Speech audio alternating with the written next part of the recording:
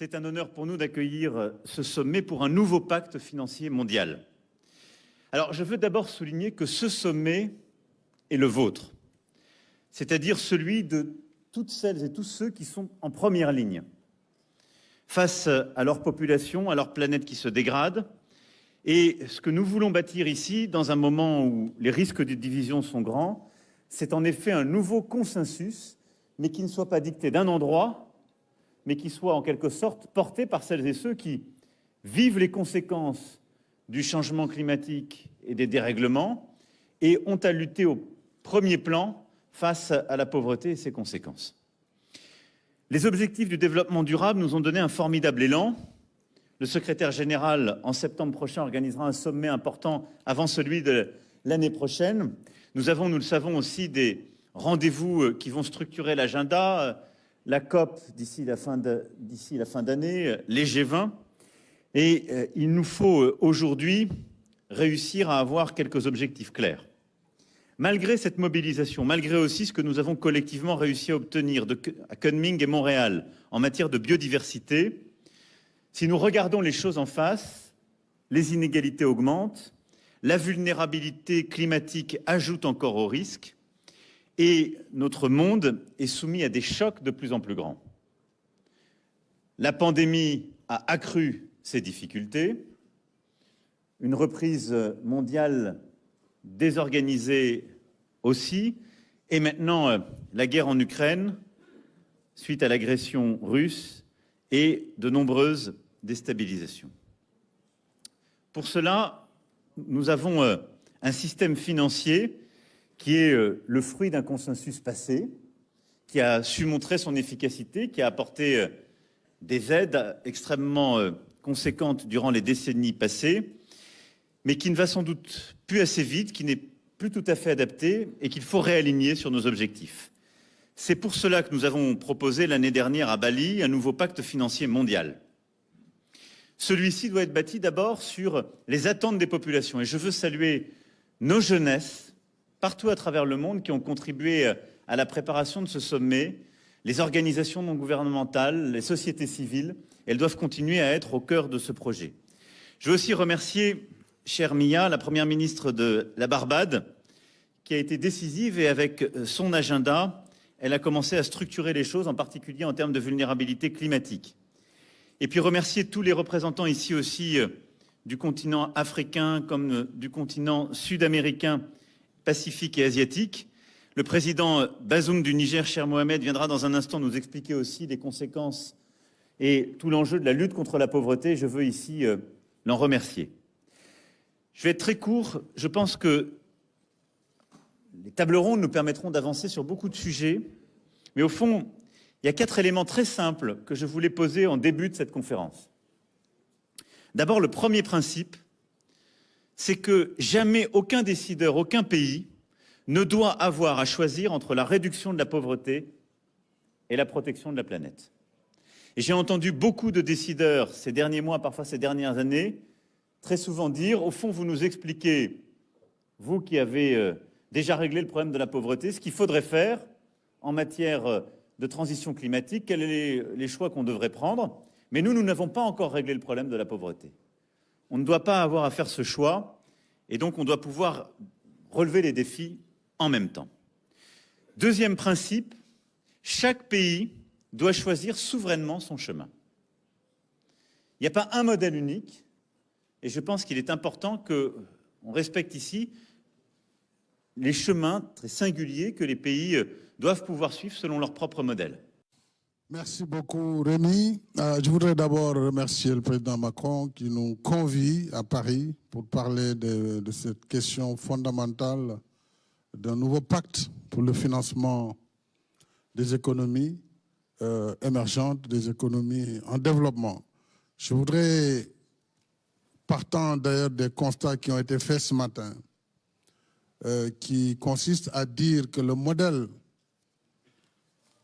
mis en place, le modèle du financement mondial n'est pas un modèle adéquat, compte tenu du fait que les règles qui régissent la gouvernance mondiale financière ne sont pas en adéquation avec les besoins des clients des pays Et compte tenu des règles de fonctionnement, notamment des institutions de Bretton Woods, mais également des banques multilatérales, ces règles ne tiennent pas compte vraiment des urgences en matière d'infrastructure, en matière même de climat. Et je vais donner des exemples très précis. Et donc, il nous faut absolument poser des actes nouveaux et immédiats. Je crois que le secrétaire général de l'ONU l'a dit ce matin. Sinon, on va aller vers d'autres fragmentations, comme il l'a appelé, parce que l'attente est très longue, elle est très difficile pour les pays en développement. Alors, depuis Paris 2021, nous avions beaucoup parlé et nous avions lancé avec beaucoup d'espoir la réallocation des droits de tirage spéciaux.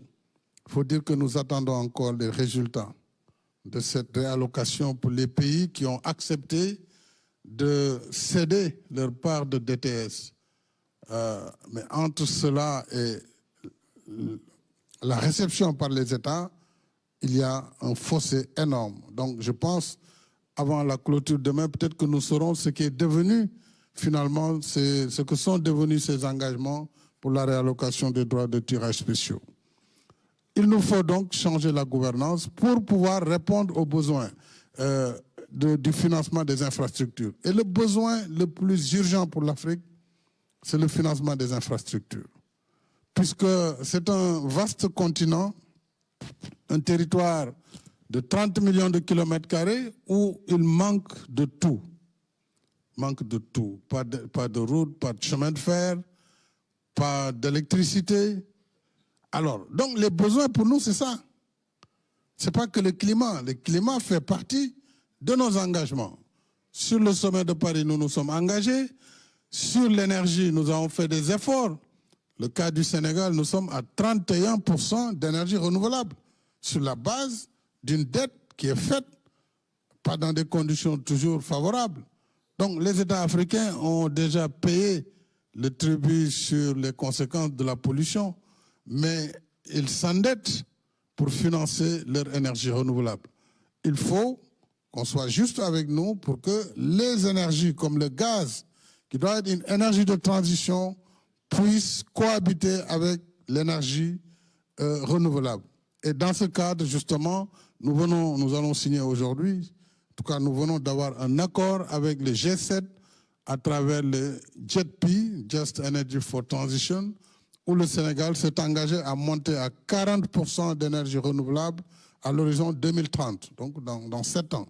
40% avec un financement de l'ordre de 2,5 milliards d'euros. Nous pensons que si cet argent est mobilisé, nous pourrons atteindre et voire dépasser cet objectif. Donc, pour me résumer, l'Afrique a un besoin annuel autour de 170 milliards de dollars pour l'infrastructure. Et il y a un déficit par rapport à la disponibilité des ressources. Et ce qui limite l'accès à ces ressources, c'est justement la cherté de crédit.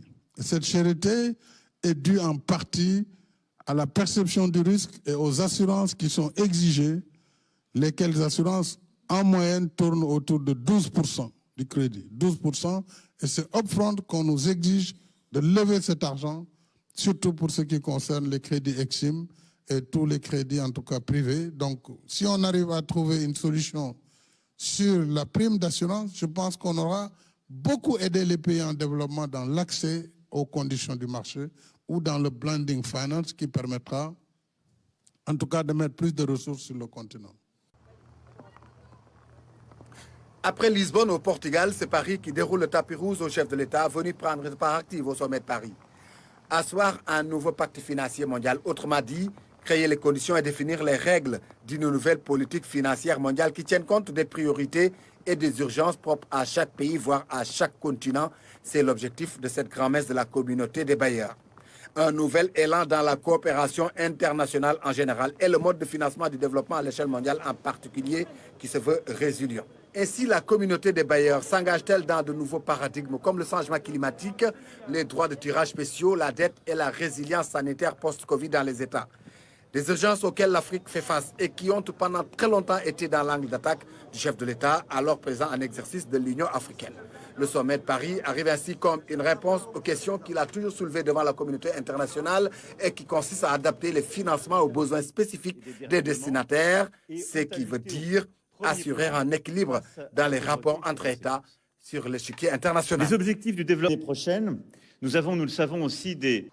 Quand la pluie s'invite à Paris, dans le 12e arrondissement, place de la Bourse, en Ile-de-France, elle coïncide avec l'arrivée des chefs d'État sur le tapis rouge du Palais Brongniart, un palais rangé dans la catégorie des monuments historiques depuis 1987. L'image captivante de l'arrivée du président Macky Sall dans cet édifice néoclassique, œuvre de Napoléon Ier, renvoie à la référence d'une histoire ancienne qui rejoint la trajectoire d'un moment historique, puisque le monde est à la croisée des chemins de la quête d'une vie en combat pour la survie de la planète et de l'économie du monde.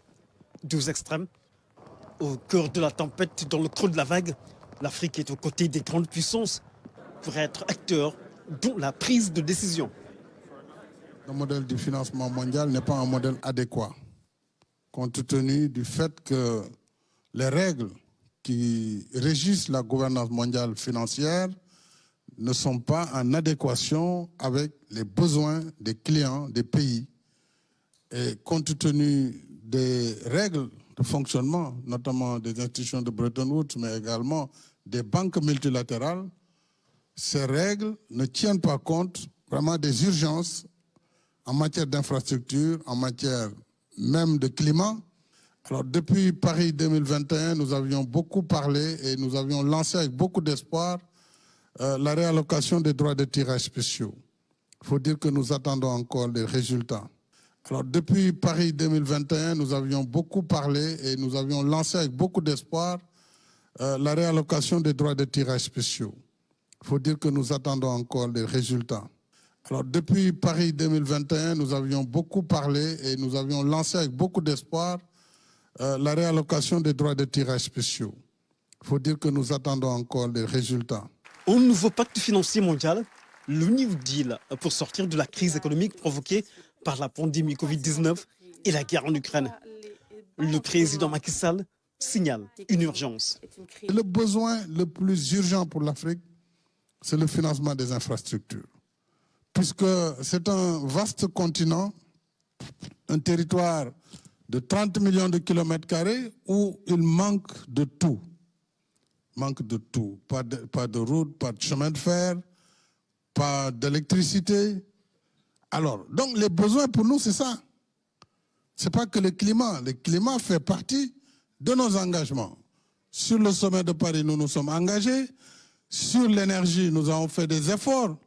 Le cas du Sénégal, nous sommes à 31% d'énergie renouvelable. Dans la foulée, le président Macky Sall lâche une exclusivité dans ce panel. Nous venons d'avoir un accord avec le G7 à travers le JETP, Just Energy for Transition, où le Sénégal s'est engagé à monter à 40% d'énergie renouvelable à l'horizon 2030, donc dans 7 ans. 40% avec un financement de l'ordre de 2,5 milliards d'euros. Nous pensons que si cet argent est mobilisé, nous pourrons atteindre et voire dépasser cet objectif.